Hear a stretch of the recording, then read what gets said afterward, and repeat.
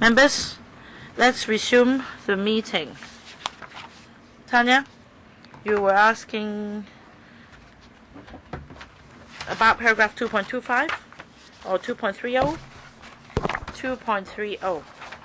Yes, perhaps the whole part, because it has to do with compliance with the enrollment rules. And in the notes of procedures 3.12, it talks about the circumstances for under-enrollment. The number of students shortfall should be listed, including the 4% tolerance level, and that the case can be dealt with on a case-by-case basis. And Dr. Armour just now mentioned that in relation to non-compliance cases, in particular under-enrollment cases, the UGC listened to the university's explanations, and according to him, he was happy with their explanations. So I'd like to ask, through you, Chairman, this question, because in Table 12, the majority of cases involved over-enrollment, whereas I'd like to know more about under-enrollment. Was he happy with the explanations as well? Because if no action is taken in under-enrollment cases, we believe that it is serious. So my first question for Dr. Armour is this: who decides not to take any action, or who is in charge of listening to the explanations and then decide not to take explanation?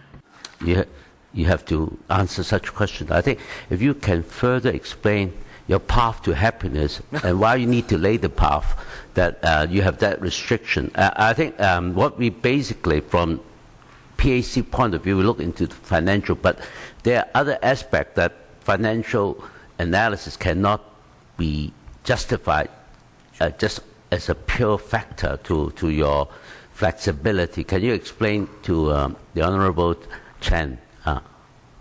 I'll try.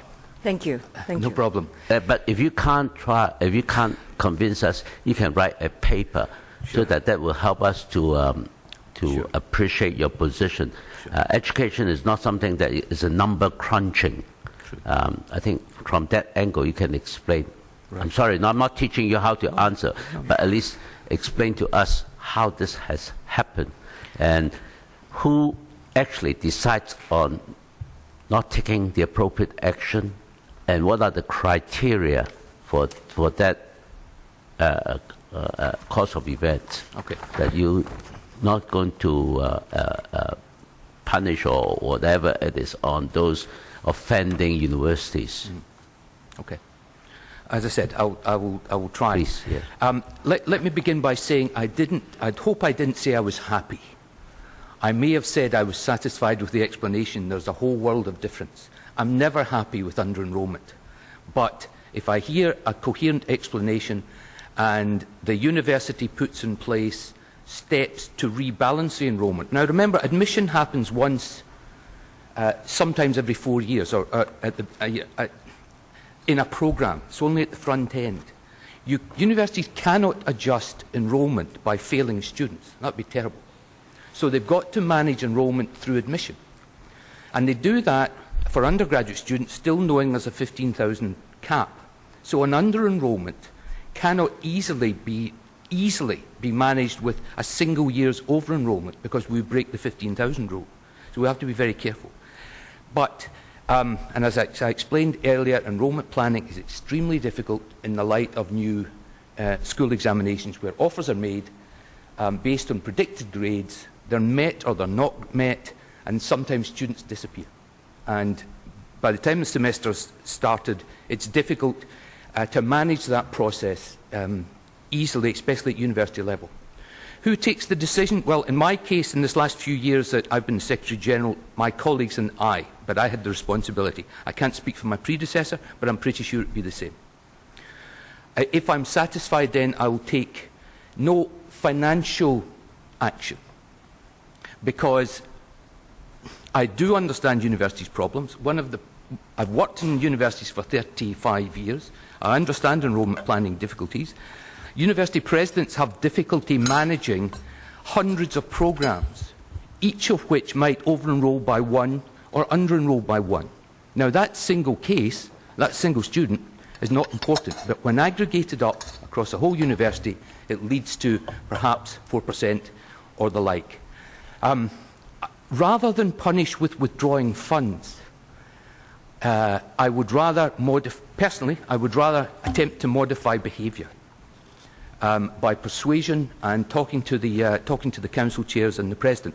And let me just explain somebody else who's very important in this hierarchy. It's the councils. The councils are, each of them, the supreme governing body of the university. They hear regular reports from the president much more often than I do, or UGC does. So the management of enrolment inside a university has to be a partnership between the management, the council and the UGC. Have I helped? I've also agreed to come back with some explanation of two of the cases on table 12, Okay. which we're happy to do. 局長，你可唔可以去解釋下，譬如你用返教育學院嘅情 Secretary, using the education university as an example, could you, well, they did not enroll sufficient number of students, and after a period of time, the situation improved, and they have in fact over-enrolled their students. Could you give us more information using the education university as an example? And answer our question in that perspective.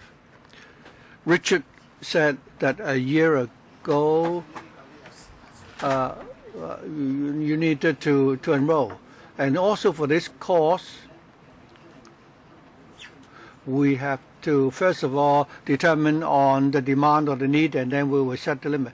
And when the term begins, if we discover that certain students have certain difficulties, for example, for various reasons they cannot enroll, it's not because they want to change to a different curriculum. That's the difficulty. So the UGC and the institutions would let it be. So it's not about quality. How would the university deal with such a scenario?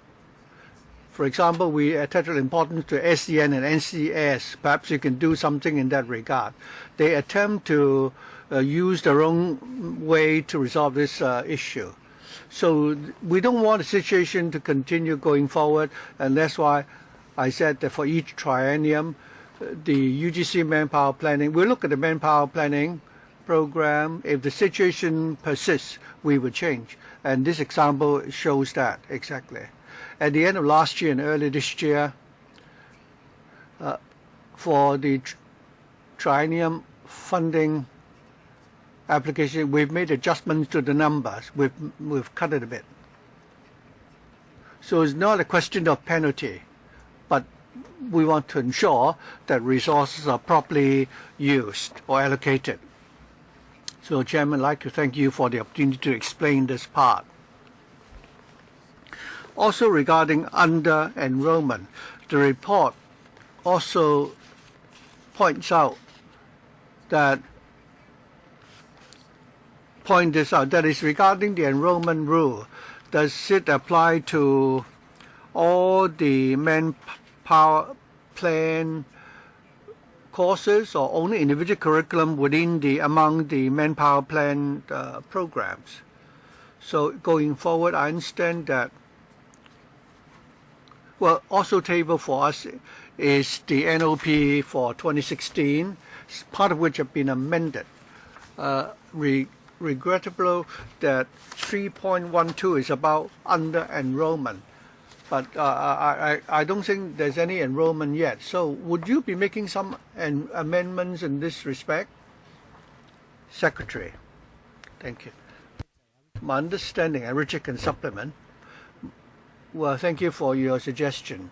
I understand that they are planning to do this. Richard? We'll certainly review the adequacy of that provision in the NOP and look at how we can tighten this up. It was a good recommendation from the Director of Audit. We will certainly follow up. I don't want to make promises because I need to consult the Council I'm not an executive in terms of the working of the UGC. In other words, you respect the autonomy of the university's councils. And the UGC's council, the University Grants Committee is what I thought you control the UGC council.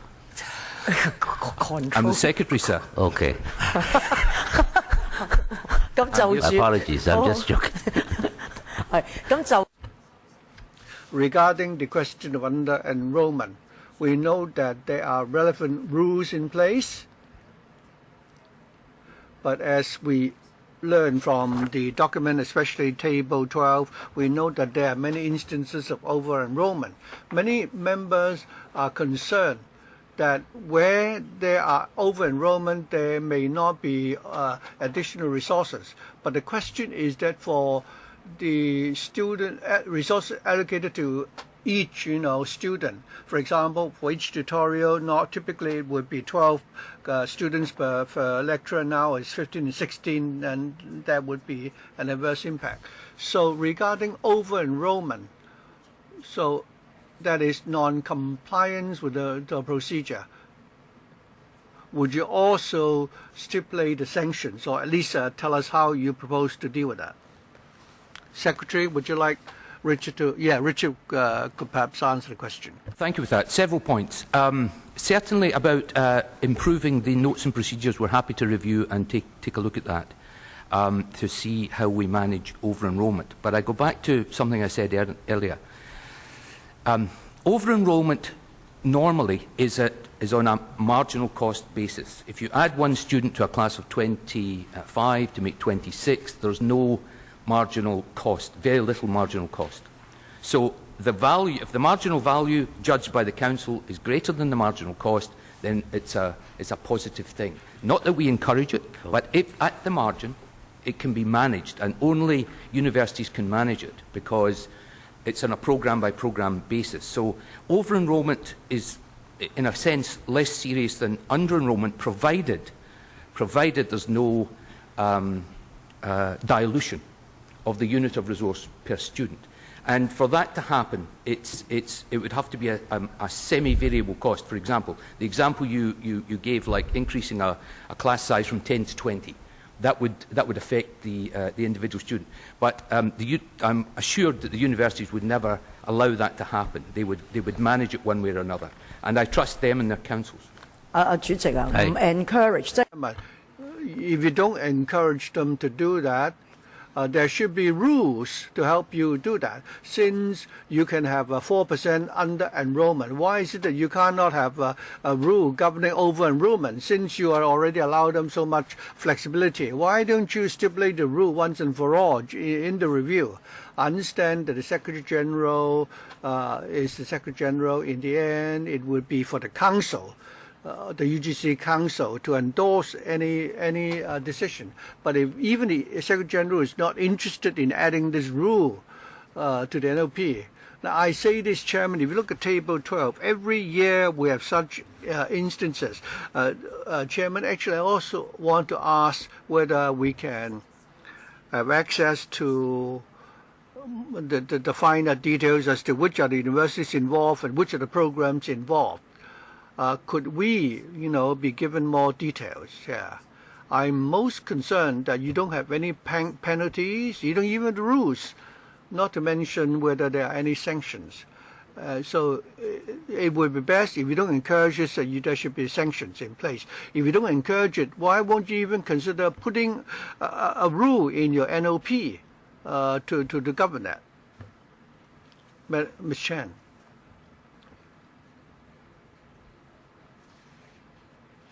I think the most important thing is find out whether or not there's anything wrong with the system itself, rather than naming the individual institutions. So we want to find out that, if the rules are not followed, I think obviously they're not following the rules as far as under-enrollment is concerned. So your question is whether there will be any impact on the other students. And in the event of over-enrollment, would you consider giving them some a range, for example, a 4% margin, a 5% margin? But would there be also sanctions in place? Because we're talking about non-compliance here. So you must ensure that while you give them the flexibility, they should also, follow the rules. Well, first of all, perhaps I didn't express it very carefully. We are happy to review putting a rule for non-compliance with over-enrolment in the NOPs. Happy to consider a review, most certainly. Yeah. And although how can I put this? We don't just manage universities by sanctions on over-enrolment. For example, in the triennial planning exercise, a serial under-enrolment or over-enrolment would have consequences in terms of the planned student numbers for the next triennial. What is difficult to do is manage on a year-to-year basis. But by planning enrolment over a triennium and rebalancing the student numbers and funds to a university who's offended in over or under enrolling is something we do as a matter of fact, as a matter of policy. But that's triennial planning rather than a sanction. But I'm more than happy to look at主席，我諗我都可能我表達得唔好啦，即係唔係嗰個係罰唔罰則呢個可能係。Perhaps I've not expressed myself too clearly. I was asking whether or not there would be, for example, continuous, non-compliance. If you don't have set a threshold, then your policy would not be so clear. My other question is for the Bureau. According to the paper, we learned that very often in the event of under-enrollment or enrollment of changes in policy regarding non-local students, the Bureau would has given, advised that the UGC should change its NOP, but still it hasn't done it after 2 years. So I'd like to ask how the Bureau will follow up on this and ensure that what you say they would comply. Secretary.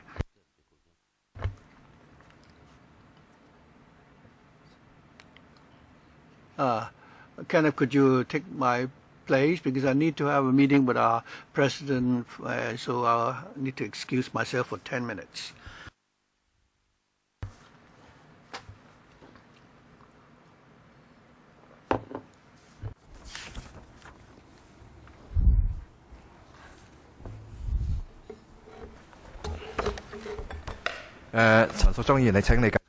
Ms. Chen, could you please continue? Including para 2.30 regarding the manpower plan, courses and under-enrollment, and also the change in policy regarding enrollment of non-local students. 2.33, we learned that the Bureau had asked the UGC to adjust the enrollment rules. Is it that the UGC is simply ignoring your advice? Why is it that they have not reviewed the NOP? We're now in 2016, so would there be an adjustment once and for all? Secretary. I'd like to ask the Undersecretary to Deputy Secretary to answer the question regarding the procedures. Thank you. The Bureau and the UGC Secretariat, I think we have both been following up on those issues. There are two cases. The first one is about 2.30, that is teacher training. We've actually liaised with the UGC, and we understand that they have been talking to the relevant institutions to find out they have not been able to follow the manpower plan targets. Let me spend some time to explain about the planning for teacher resources other than our manpower resources. Compared with doctors and occupational therapists, you have the same standard. But for teacher training, there are different types. There are full-time degree courses, some are in-service training, some kindergarten training courses. So it's different programs, and for each of these programs they have a cap on enrollment.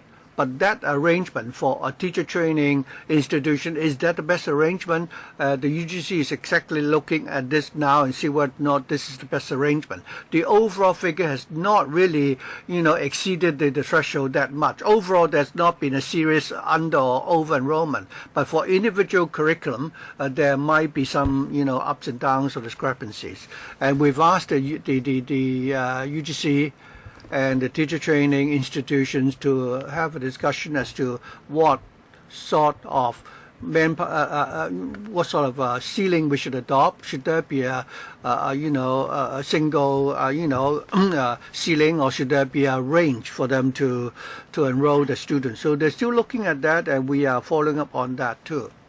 Regarding 2.33 to 3.234, that is the enrollment of non-local students. That is the 4% in and 16% out policy.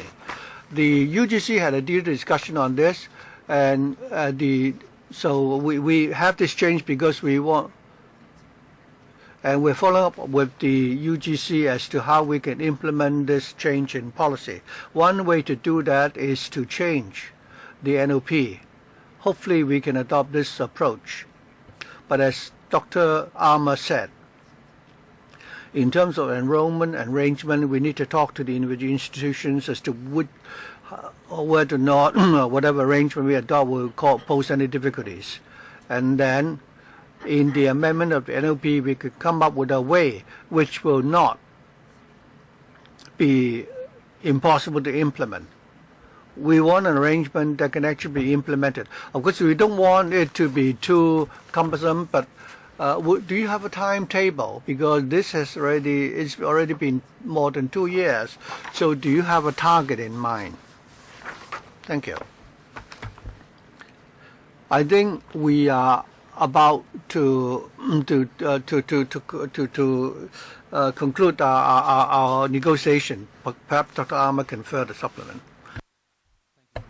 I think I need to draw the distinction between the Bureau asking us to revise a policy and amending the NOPs.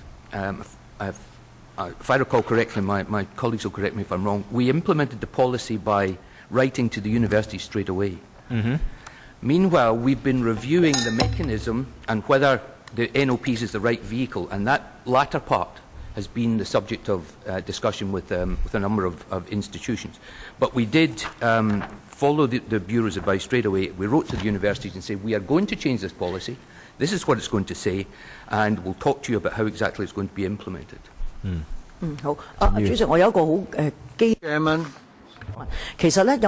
Chairman, I have a question.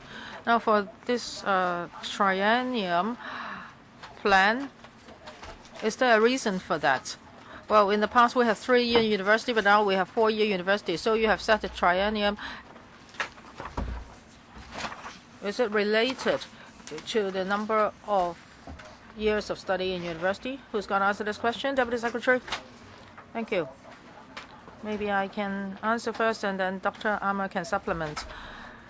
Is it related to the academic system? Not directly. As for Hong Kong's changes in academic system, you may remember that in the 80s, there were 3-year and 4-year universities, and then it's changed to 3-year. Now, with the new academic structure in senior secondary schools, it's changed back to 4 years. So for the triennium funding cycle, is not directly related to the changes in university. And for different subjects such as medicine, architecture, they are not 3 years or 4 years. So for the triennium funding cycle is to provide a continuation and certainty so that universities can plan. Very, very little. Just to mention as well that 3 is not a magic number, nor is 4. Sure, the normative undergraduate curriculum is 4 years, but there are many other academic activities in universities which are 1, 2, 3, 5, 6 years. So there's nothing special about any particular year. We think 3 is reasonable. Our universities are content. The government is content, and there's no need to change it. It's a long enough planning frame to manage enrolment. and also to manage funding. So the university see no, and UGC sees no need to change. 好，陳議員。Any other questions? No. Do members have questions concerning Part 2? If not, let's move on to Part 3. Administration of capital grants.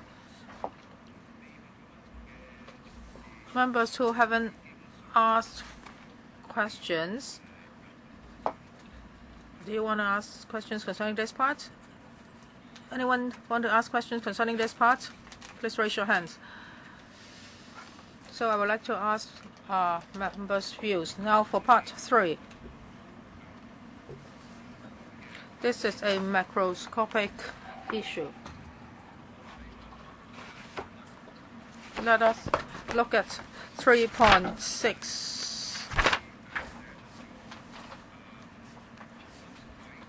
Shortfall in student hostel places and academic space. So let us talk about student hostel places. 3.6b. The following students who have enrolled in UGC-funded programs should be provided with student hostel places. 3 types of students should be given hostel places. First, non-local students. Second, research postgraduate students. And third, undergraduate students whose daily traveling time exceeds 4 hours.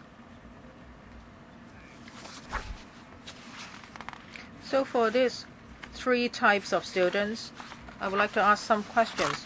First, if a student studies postmaster degree, is a local student, he has to travel for more than 4 hours, then he does not have a hostel place. That's quite strange,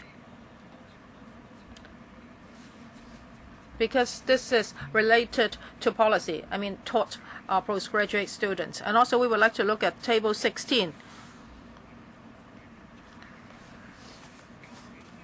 Now, for this kind of calculation, maybe the Bureau or the Audit can tell me. For this type of calculation, is it 3B3 plus or minus the places? Or you just look at that year and the number of students who make an application for hostel places? So where does this shortfall come from? Who's going to answer this question? How do you calculate that? Director of Audit or your colleagues? I will ask my colleague to answer the question. Maybe the SG has a better understanding of the calculation. Or Deputy Secretary?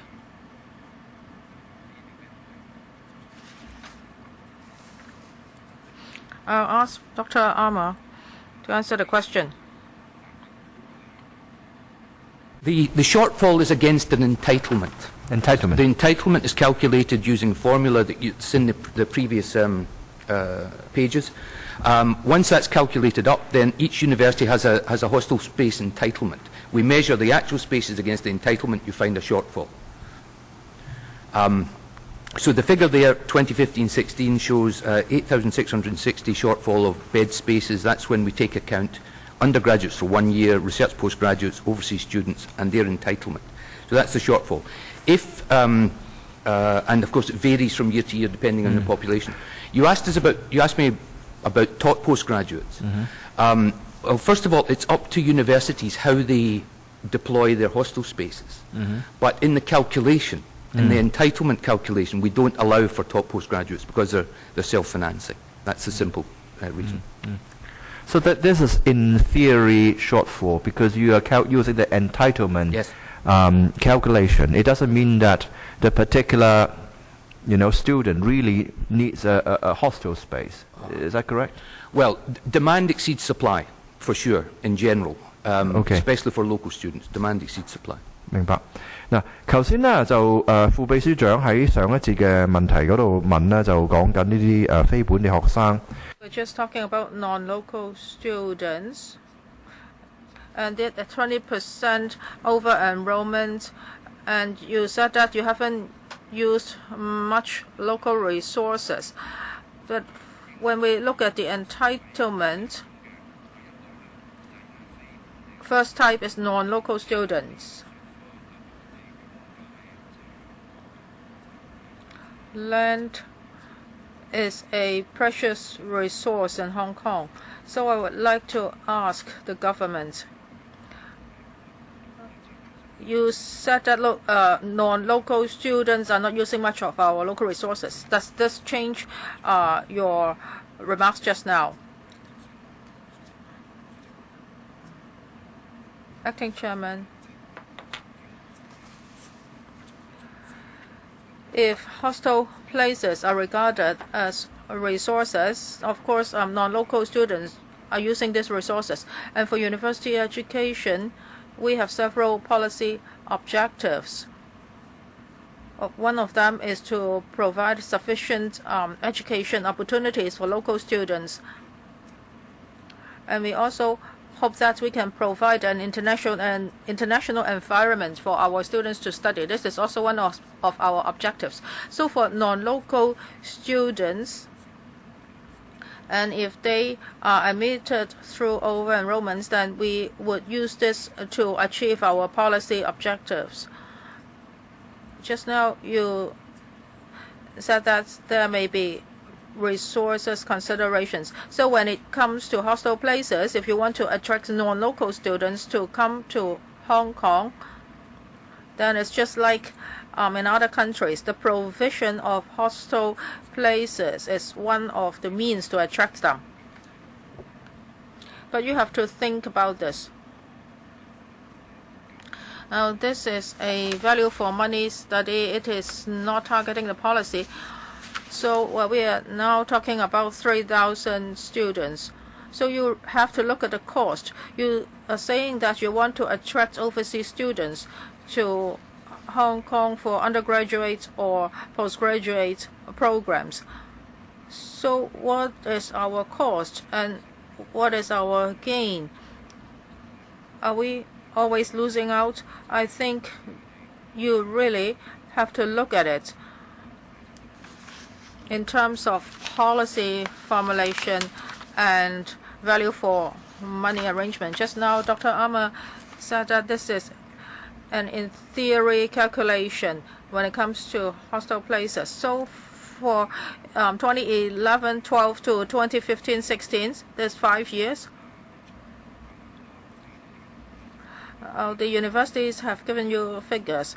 So how many students applied for places? How many of the applications have been rejected or accepted? Do you have these figures? Who can answer this question? Available statistics. Is that correct, Dr. Armour? Well, I'm confident that demand exceeds supply because that's what the universities report. I don't have the numbers with me, but I'm sure I can find out.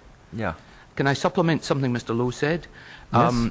One of the things we ask many of our universities take a survey called the International Student Barometer, which is asking students about hostel places. And in Hong Kong, we do about average for countries across the world in terms of providing accommodation for overseas students. But if we were to reduce the entitlement, there would be a strong worry that overseas students would choose not to come and go elsewhere. But I'm confident that in each of our universities, demand exceeds supply. 其實呢，而家你嗰個宿位不足嘅情況，其實 So for the undersupply of hostel places, in the long run, what kind of policy do you have to solve this problem?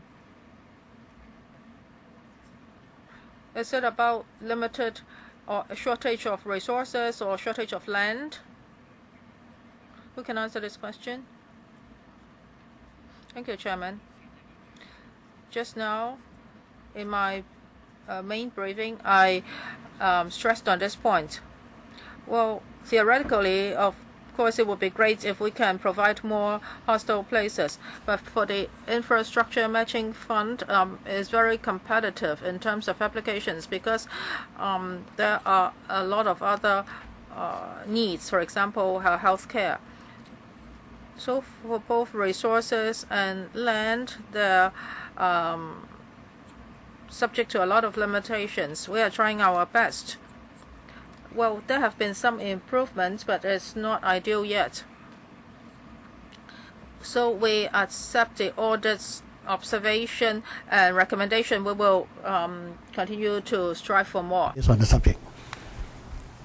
Dr. Armour, no, any addition? I fully agree with the audit, and I fully agree with the Bureau. We simply have to press and convince the government that hostels and universities are a deserving cause. I know there are many competing issues, but also universities report that hostel life is an increasingly important part of the full student experience, which we must try and fulfil for all of our students, whether they're local or international. Now, for the 8 universities, will they carry out capital projects or projections? Now, if they want to apply to build a hostel, of course, the expenditure will be more than $30 million, as is under CWRF. Well, you can't say that suddenly next year you want to build a hostel, but do the universities carry out projections? Do they have 5 years or 10-year plans? And then they will talk to you one by one? Pretty much. That's exactly how it works. Nearly all of them have got capital works master plans, which will of course include hostels. And we do talk to them individually. We know what their plans and programs are. UGC supports them and in the main prioritises them and discusses them with EDB, and the projects go further up the chain. It's like normal capital projects for elsewhere in government. But for the audit report, it hasn't talked about the supply in the coming 5 years. Is it, Director of Audit? No, we do not have this kind of information. Just now you mentioned problems that we encountered lately. Well, under paragraph 3.8, we have talked about some of them. Well, we have talked about the success rate of application for hostel places, etc. And for 3.11, we have also talked about the planning situation. Of course, they have to apply for fund, and after they get a fund, they will plan. But universities can also raise funds from sponsors so as to help them in their capital works. So that for table 17 is about shortfall of academic space. Of course, there won't be a surplus. When we look at the table in the past 5 years, all the universities, excluding Lingnan may have several hundred surplus. For UST 2013 to 14, there was a surplus, and also in 2012-13. This table is quite strange because for 1 year that's shortfall, and in another year there's a surplus. For example, UST is like that. So is this something in theory? Because suddenly in 1 year there's a surplus, and suddenly in another year there's a shortfall. Do you suddenly build a big building in a year? So how did you calculate this? Is there a formula for calculating academic space? There is a formula which is aggregated to an entitlement, and that's what we attempt to provide for the universities. But it's formula-driven, different disciplines, different types of accommodation for different subjects. About the case of UST, there must have been a building came online, which of course increases the floor space in a particular year. I'm sure it wasn't built in a year, but that's the major semi-variable event. Okay. But of course there's been an increasing population coming through the universities in those years with the four-year curriculum. Okay.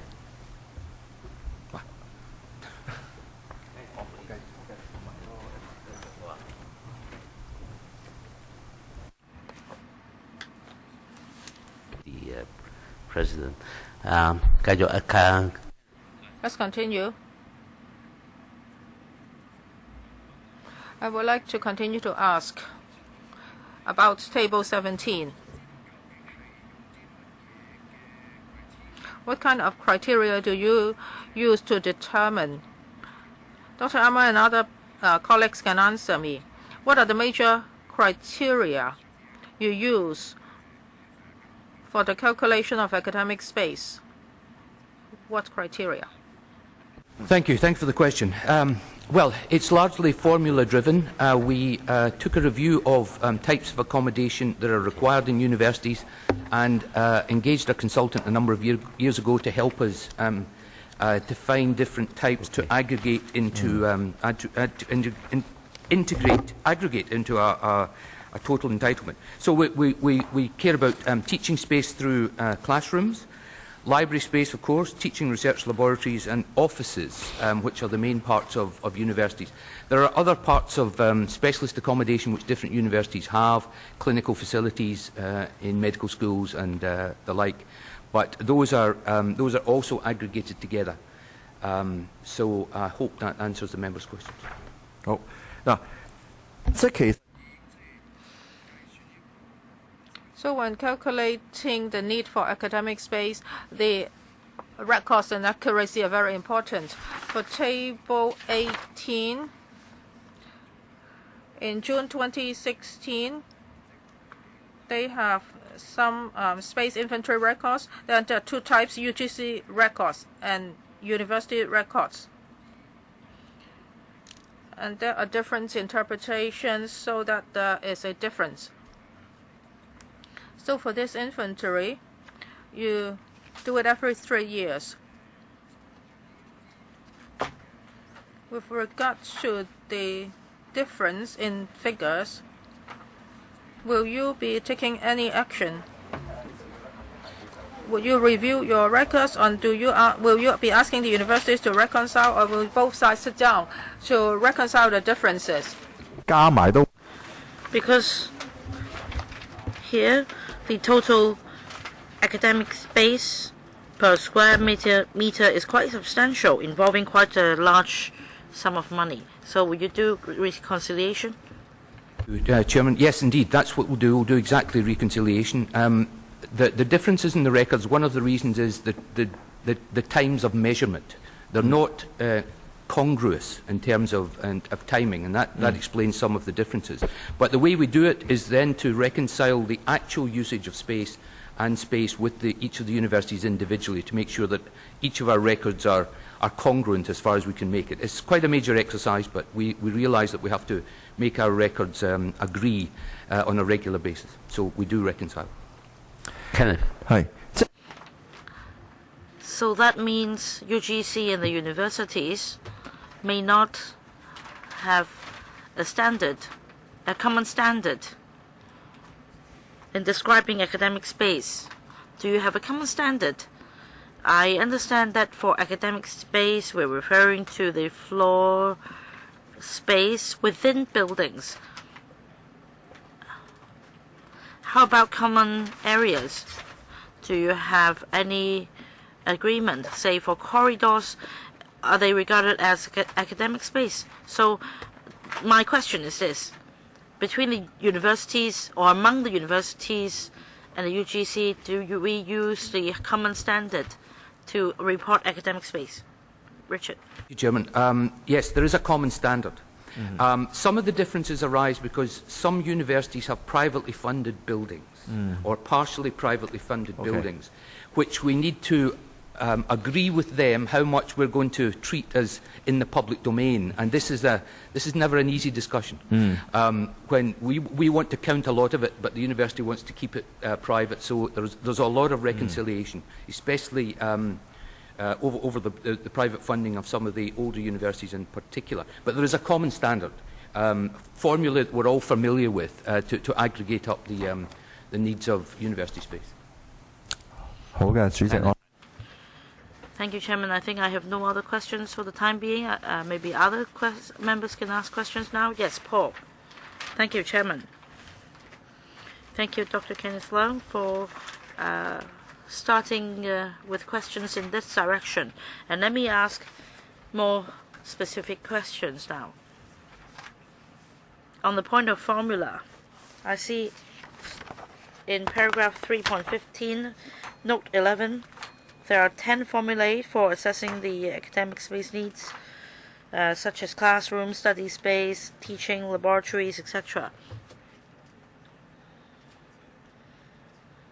Now, may I confirm with you once again that all the universities adopt the same formulae in assessing the space, Dr. Alma? Yes, they do. They must, for our purposes, use our standards, our common standards in discussing with us.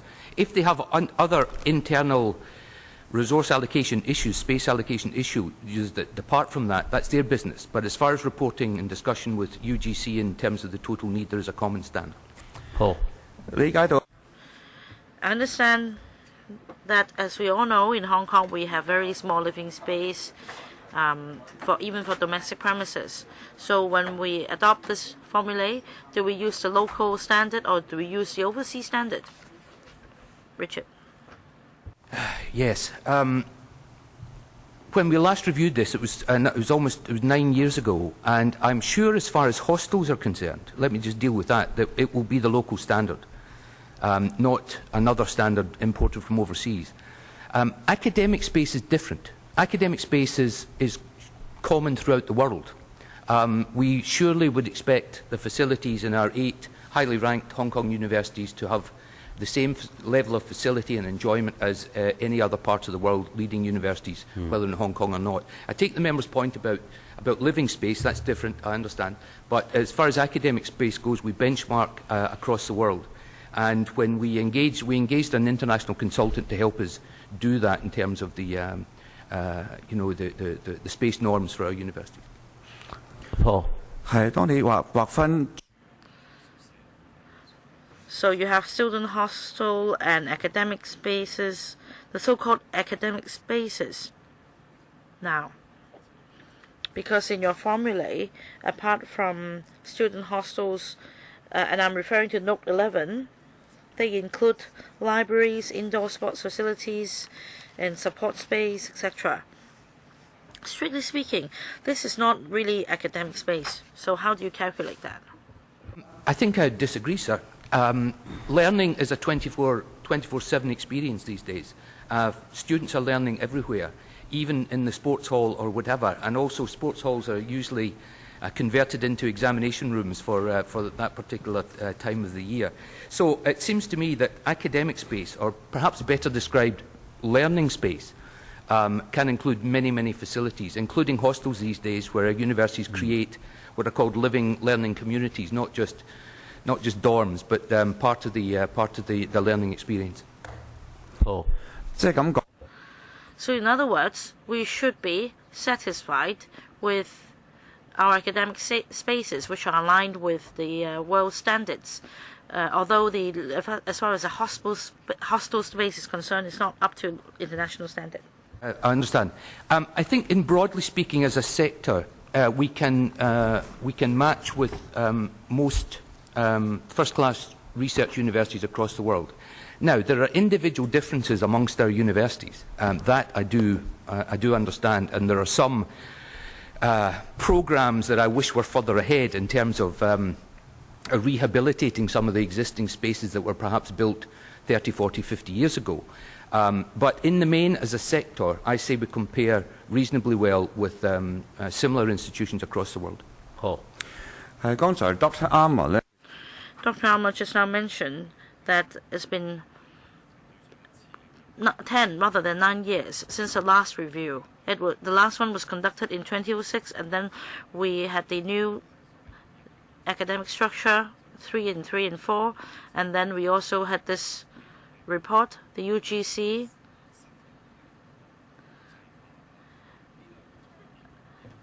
Is aspired to go to be more internationalized. So it seems to be a substantial shortfall from the 2006 review. Richard? Thank you, Chairman. Again, yes, having another review is certainly high on our priority list. As always, it's a question of priorities. When we went through the 2005-06 methodology review and then the 334 curriculum, we wanted to wait until several other indicators were available, like how the 4-year undergraduate degree settled down, whether the new buildings that were built were fit for purpose during that period, and before we didn't want to do a midstream review until the 4-year curriculum had settled down. So we fully intend to do that. As I said, it's on our forward programme. One of the things that's also changed is learning methods have changed, and that may affect some of the way we view campuses, flipped classrooms and individual learning, less use of lectures, more of tutorials, etc. All of those will have to be taken into account, so we certainly expect to be doing that in the foreseeable future. Paul.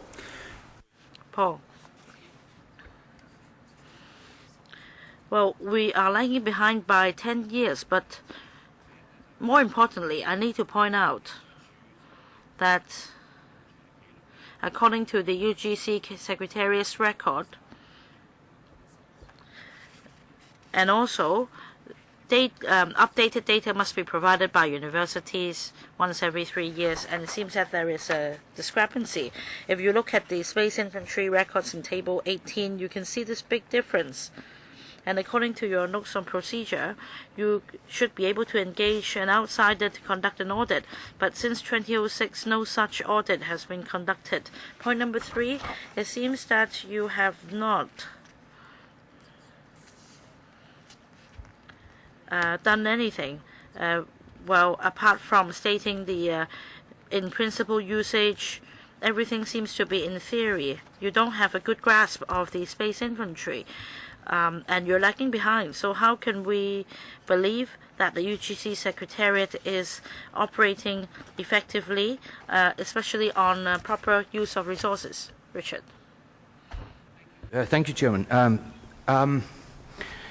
Well, how do we grasp that we're in line with practice across the world in using resources? The member's certainly right that we did the last methodology review 2005-06. And that was considering whether the space norms were adequate. We do reconcile space and usage with universities regularly, so we are certainly ensuring that the estates offices are managing their estate in terms of provision and use as regularly as possible. How do I know that we are up to standard? Well, for the last 3 years in the Times Higher Educational Supplement, they say that per dollar of GDP, Hong Kong is the most highly ranked sector in the world. One of those factors is space. And use of facilities. It's an external benchmark, but it allows me to say reasonably confidently that we are benchmarked in terms of facilities and space with peers across the world.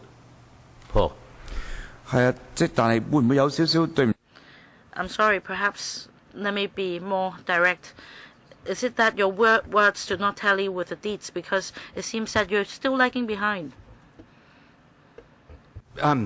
If we're behind in terms of reconciling the record, yes, these are not straightforward because universities have complex estates, only some of which are publicly funded, and we have disputes about how much we can take from the private funded into the public domain, and there's a reconciliation issue. And sure, that's behind, but I'm still relatively confident that we're controlling it well. The 2005-06 review was a methodology about space norms, not about an audit. So, I think I've explained that it's on our programme to do another methodological review in the near future. Paul. So let's turn to another topic. Just now, Dr. Kenneth Leung asked along that line. In fact, in 3.8, paragraph 3.8, it sets out in detail the situation regarding shortfall of hostel places. In particular, it seems that there is an unsuccessful rate of 20% for non-local students in A, and B, unsuccessful rate up to 42% for local research postgraduate, and for C, 45% of the applications were unsuccessful. That is for students for 1 year of stay during the courses, and for those requiring traveling time exceeding 4 hours, 45% of the applications were unsuccessful. So, first of all, are the figures accurate, Richard? Chairman, they're not my figures. I think they're the Audit Commission's figures. Well, let me put it this way.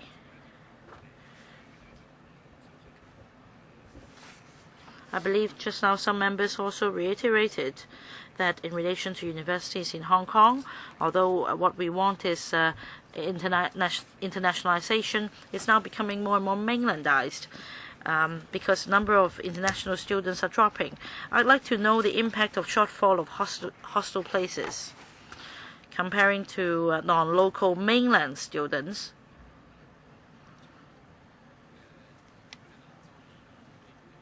Or non-local students or non-local Asian students. I want to know whether there's a great difference in terms of its impact. Let me put it more clearly.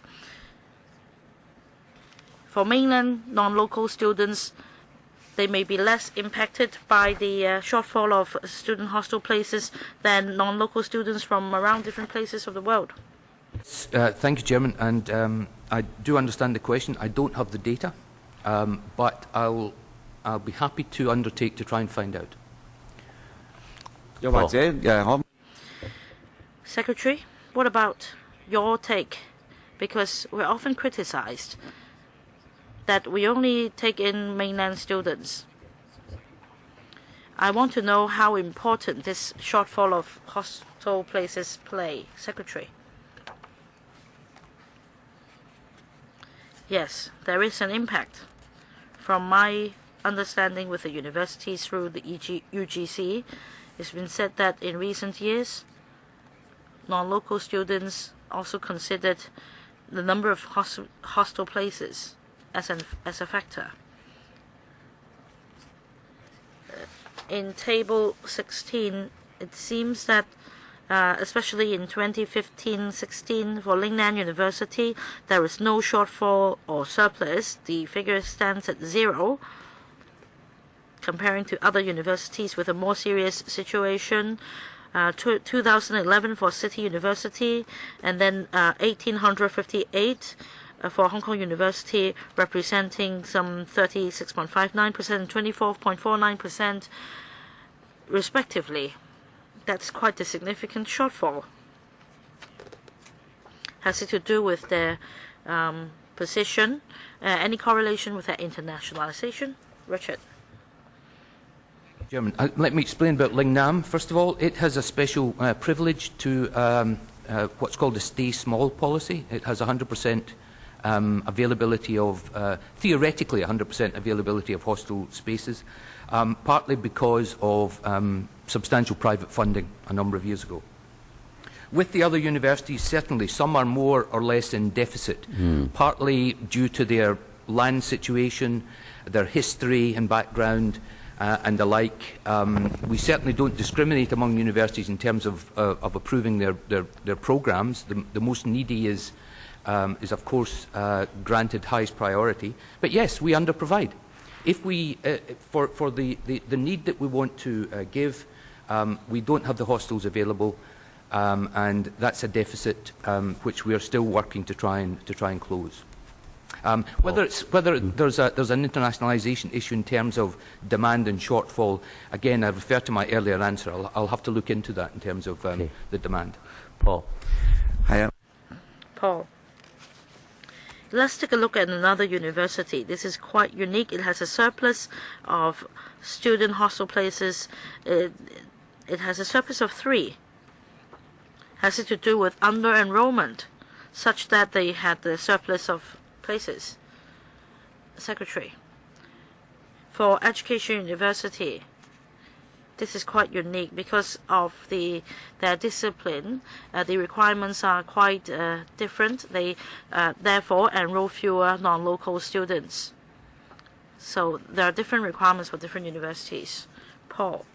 So let's be forward-looking. Now there are suggestions that we should continue to deepen our internationalization effort. And in paragraph 3.17, for example, the Secretariat of UGC explained that internationalization might come in different forms, including international strategies, international networks, international staff, etc. So my last question is this.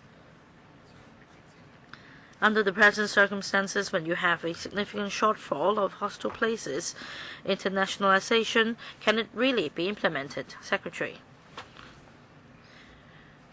Well, this is quite a difficult thing for us, but internationalization is the way to go, and it also has a concrete impact on our higher education system. And therefore, we have been implementing other arrangements, such as scholarships. Well, we may have exchange students for a short stay. They may not finish the 4-year course, and there may be private donations. And thirdly, we continue to strive for the land and resources required for more hostel places. And we work at that level as well. So internationalization doesn't just come in the form of international students or hostel places. There may be exchanges, international scholars, teachers. Paul. That's all for me.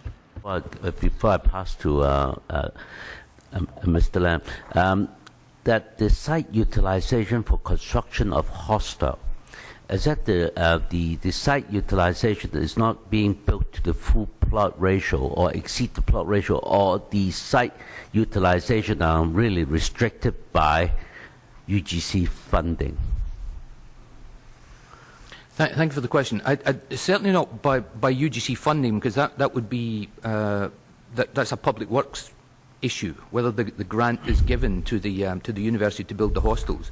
I assume that when projects come forward for hostels or academic buildings, we're advised by the government's subject department, so I'm sure they would ensure that the plot ratio was adequate, appropriate, unless the site determined otherwise. You know, as you know, some of the sites are very, very cramped in some of our campuses. Mind you, I asked a question for a specific reason. There are universities that the site, they can build more hostels, yes. But UGC have not given the approval to build more hostels because of your funding requirement. The other funding, they could have topped up the building of hostels by donations, but because of the major portions of the fee being given by UGC, like the structural costs, so they just want to add on the construction cost, but this has been a case in point. Is this a backward movement, or is this a policy as such? Because you can have built, say for instance, use an example of 500, you can only allow them to build 300 because of your requirement that is only for. It's nothing to do with plot ratio. Oh, okay. You understand what I'm saying? I think I understand. You are actually deterring the provision of hostel places by bureaucracy. You know? There have been cases like that. Well, that's unfortunate, and I'm happy to take that up with you outside. It's too late now. It's being built already. Okay.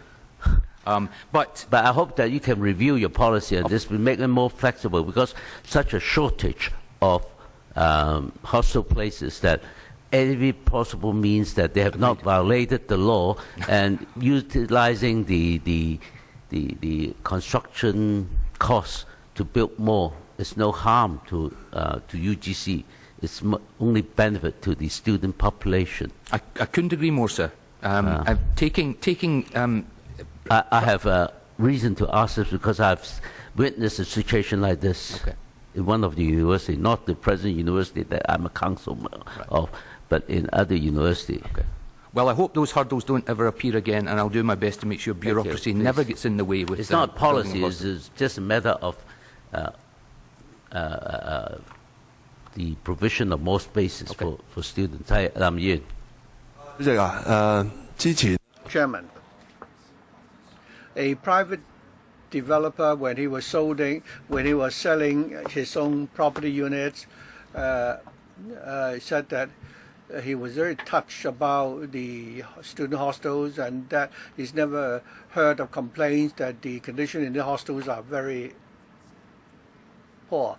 But now, for students who need to spend 4 hours traveling to the campus, this is indeed unacceptable. I can't imagine in Hong Kong anyone would need to spend 2 hours, traveling to the campus and 2 hours home. So if 45% of the application is not successful, and the Bureau kept repeating that for non-local students, mainly students, they do not, that the coming will not have any impact on resources for local students. Looking at 3.8a, not all non-local students who had applied for hostel places were provided with places. 3,611 were not successful out of 17,900 applications. Let's work this out. The success rate is about 14,000. 14,000 odd non-local applications were successful. So more than 70% of these non-local students are from the mainland. So we're talking about 10,000, right? Of the 10,000 applications, are they taking up, resources of which otherwise could be used for local students? Is that the view of the audit as well? Well, the information we provide here is obtained from the UGC Secretariat, but we don't have a detailed breakdown that the majority of these are taken up by non-local students. Chairman, let's take a look at C1. Of the 18,199 applications for hostel places for 1 year of stay, again, 45% have been unsuccessful. I'm not saying that we should exclude the mainland students or the non-local students, but you are allocating so much resources to the non-local students. As a result, local students have to spend 4 hours to and fro traveling to and from the campuses and are not offered hostel places. And this is really unfair and ridiculous for the local students. I don't know whether the Bureau has an explanation for that. Before that, Mr. Paul Chair asked a question asking for information pertaining to paragraph 3.8. The Permanent Secretary said that these are figures provided by the Director of Audit, and Director of Audit said these are taken from the government. So, Richard, do you know? Question. You said those figures in 3.8 figure, the figures in 3.8, those are the Director of Audit's figures. So I'd just like to clarify the figures. Whose figures are this? Beg your pardon. Yeah, I just want to clarify that point before we proceed further. I'll ask the Assistant Director to answer the question. Thank you. Our figures are obtained from the UGC Secretariat, but the figures in the audit report is being compiled by us. That is, we collected the figures from the different universities, and then we sort of sum up the figures. So the raw data were obtained from the Secretariat. So both were right? Before the answers to... about the travelling time? Yeah. Can you answer this question on the figures? Do you verify the figures given, tabulated by the Director of Audits are correct, because the source of information comes from your Secretariat? Well, then I'm happy to trust the Director of Audit always. But if it came from the Secretariat, then we must have asked the universities, whether the universities are providing valid and reliable data. I hope they are, but it's a complicated question. But the university do provide all the details of their hostels to you. Yes, they do. I do that because I sit on one of the university's development committee, which they do supply all details information to you. So those are quite accurate. Sure. I'm confident the figures are not misrepresentative. Okay, that's good. I just want to clarify this. 局長你可以答返議員嘅問題。Secretary, I'd like to ask the Deputy Secretary to answer the question. Thank you. To answer Mr. Lam's question, earlier on, Mr. Lam also touched on this point. So it's a similar question, and I've already explained that we have several policy objectives. For example, we want to provide hostel places for local students. On the other hand, we want to attract non-local students coming to Hong Kong. Provision of hostel places is one of the attraction we can offer to the non-local students. So we must admit that some public resources will have to be committed in this regard. The Bureau and the UGC also will continue. I think we are aware that there is a serious shortage of hostel places, and we will continue to bid for more resources under the Capital Works program to build more hostels. Over the last 3 triennium, we had successfully bid for 2 projects, which have been successfully implemented, and going forward, we will continue to fight for more resources. I'd like to thank the government for finally admitting that mainland or non-local students are now using up a lot of the university's resources. I'd like to ask the government or audit whether they have such figures, and if not, they can provide for them later on. Looking at 3.8C bracket 2, the 4-hour traveling times, 45% of these students were not successful in the application for hostels. If the time is reduced to 3 hours, the figure could be even bigger. 4 hours traveling time is total and reasonable. Even 3 hours is already very long in Hong Kong's context. I don't know whether they can provide us with that number as well. And finally, I'd like to refer to 3.29, which said that audit's aging analysis further shows that as at 30th June 2016, the finalization of final accounts for 29 of the 36 major CWPs have been overdue. That's 81%. Table 19 for those which have been overdue 15 to 18 years, more than 50%. Table 20, completed AAA and I project, there are 2 overdue for more than 10 years, more than 7 to 10 years, 8.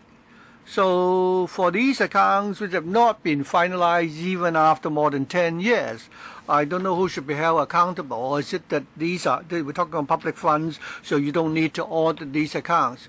Mr. Leung, normally how long should the accounts be audited?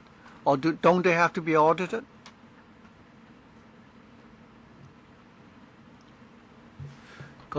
Some have straddled over 18 years. Sure. And some within 2 to 18 years. Can you explain why this is the case? There are various reasons. A number of them, for example, the contractor went out of business more than 10 years ago, so it's difficult to reconcile accounts with a non-existing corporation.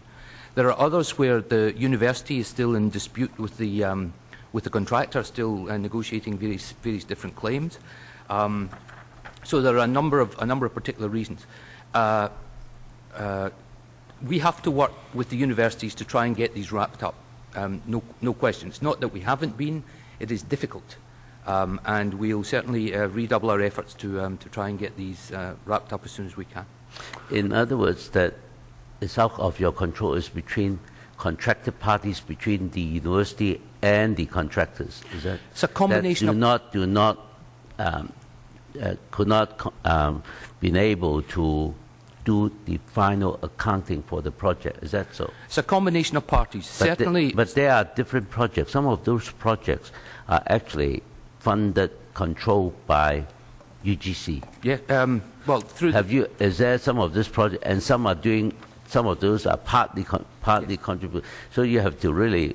Can you give us more details on this table, so that at least we have some answers? Because rather than slamming you on the general conclusion, because we have to write that report, sure, that such a long time is impossible. So you have to give the reason. Sure. How many of those 18 years yep, under arbitration or yes, mediation, or some of those that have gone out of business? I think we need more information, sure, to satisfy our thirst for information. No problem. Just to go back to your earlier question, I'm certainly not trying to say UGC has no responsibility. We do, and I do personally, to put pressure on the university to settle the accounts. Okay.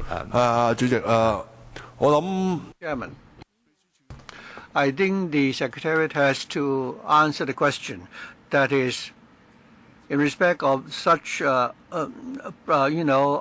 which have been overdue, what is the reason? And for these which have been overdue for more than 10 years, what follow-up action have you taken? Have you liaised with the relevant institutions? Otherwise, you're giving us the impression that only after the audit has found out these anomalies that you would disclose them. Or have you all along been following up on these issues? You may not need to give us the details today. Perhaps you can give us some supplementary information later. Do you have any other questions? If not, Tanya? Thank you. I was exactly going to ask my question regarding this part. As to when you will start, the clock ticking is also important. So the explanation for what is more than 30 million is different from those below 30 million. For those projects exceeding 30 million, you start counting from the commissioning of facilities, and for those less than, it's 3 years for the former and 3 months for the latter. But never mind, since that is in the rules, in 3.25, the report is already very clear.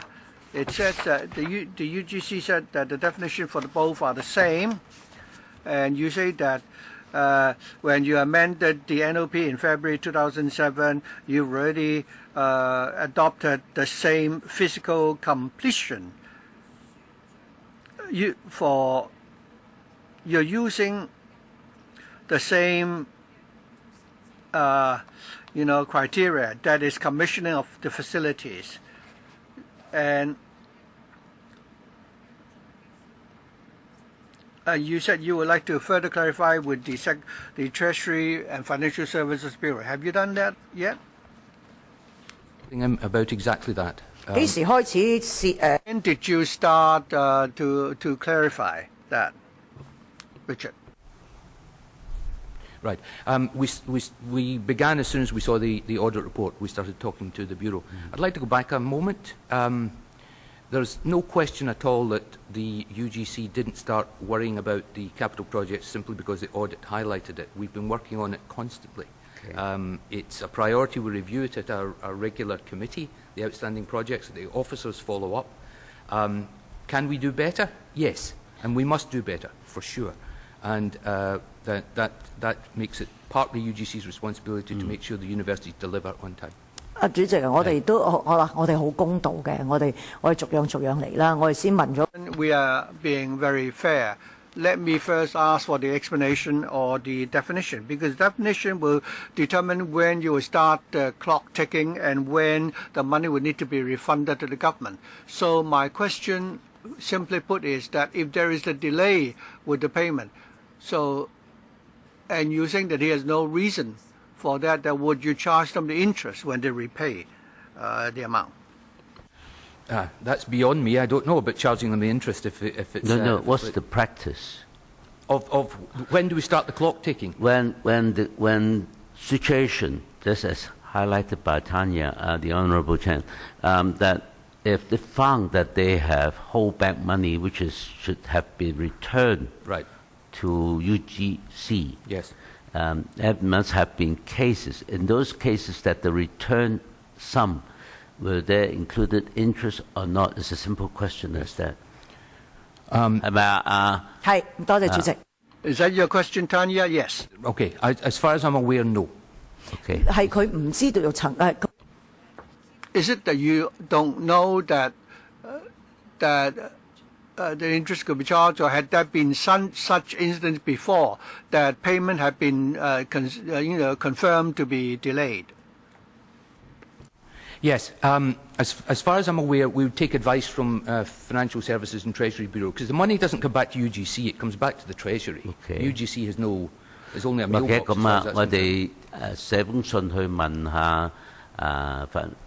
Write a letter to the Treasury Department and ask Professor Chen, because they are responsible for that. But who makes that decision?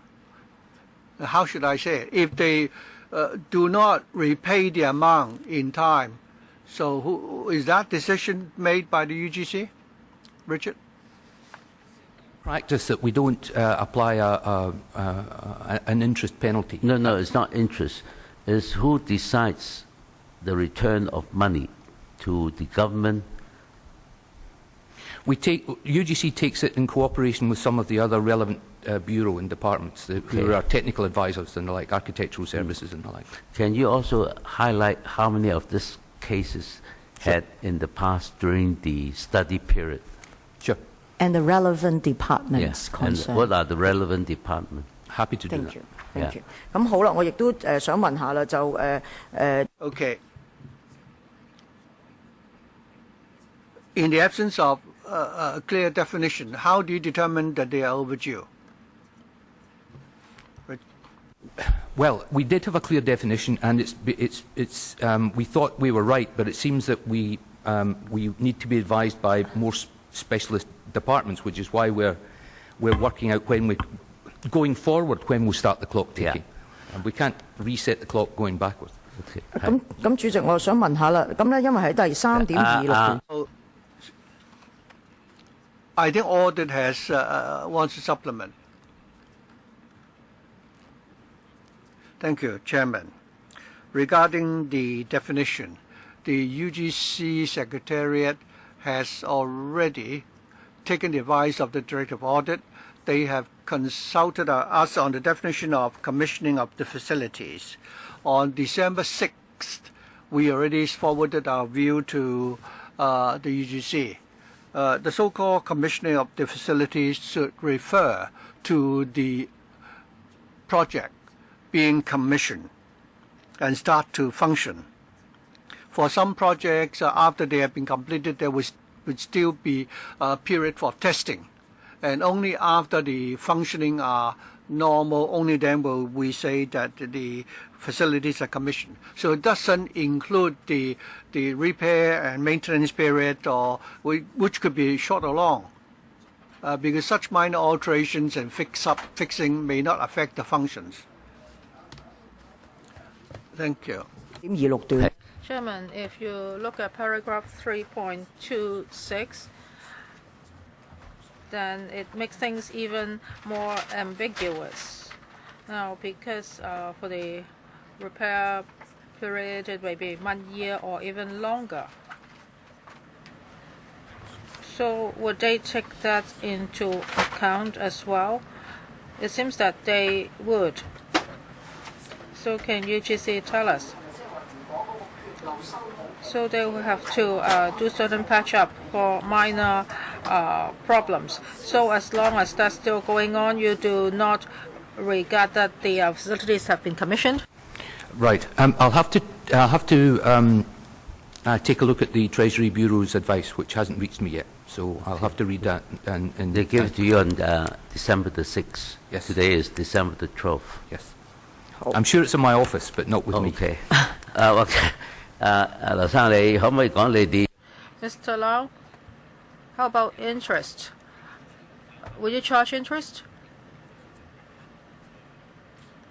As to whether interest will be charged, I think we will have to do it on a case-by-case basis. We'll have to look at the nature, the details, and whether it's done deliberately. And then a decision will be made. We will ensure that public money is well protected. But what's the past practice? Then we will have to look at the actual case. Can you give us some examples? Yes, we will check that with the Secretariat. Yes, please tell us more about past cases. Yes.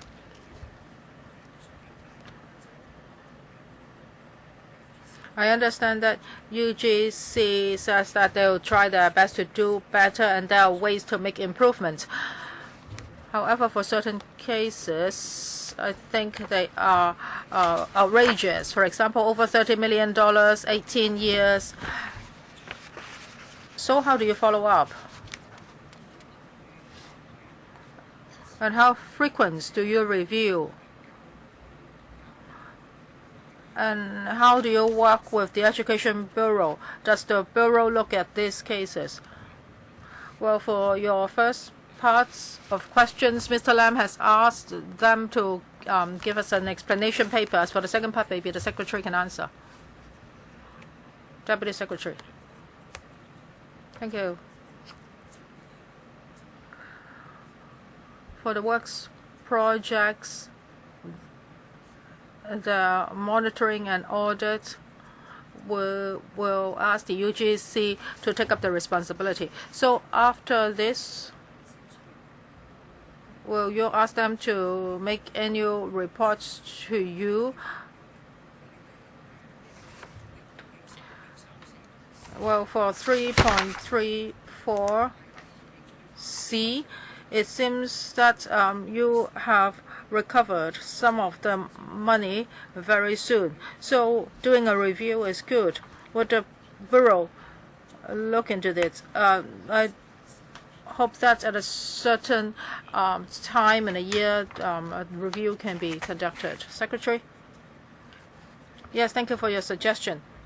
As to how improvement should be made concerning the monitoring of works projects, well, we will work with the UGC and try to find out ways to do things better. And we will make sure that the workload will not be increased. Because next time when you come for funding, we will all ask questions like this. And I hope that this will convenience for your future work. Well, it's rare that less money will be spent. I hope UGC can do that. Secretary, do you agree with the Treasury's explanation or definition of commissioning of facilities? Why don't they ask you? Why do they have to ask the Treasury? Because you are monitoring them. So why do they ask them, or do you agree with their answer?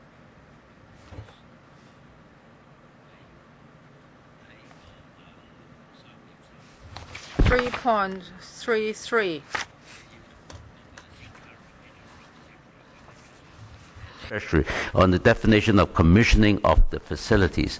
咁我想問下你個角色喺呢一度做咗乜嘢？ What role do you play here? Because on the 6th of December, a reply has been provided. Before that reply, did you know this? How much do you know about it? You have to protect UGC, but has UGC consulted you? Because this is about money. Chairman, I haven't read the paper yet. Just now, Richard has said that he will go back and take a detailed look. In my reply earlier, I said that for follow-up work and discussions, we hope that we will work together more with UGC in the future. Chairman, is it possible for us to have a copy of the explanation? Can we also ask the FSTB for a copy? Yes, we will do that. Chairman, I have another simple follow-up question. After this question, we'll wrap up this chapter.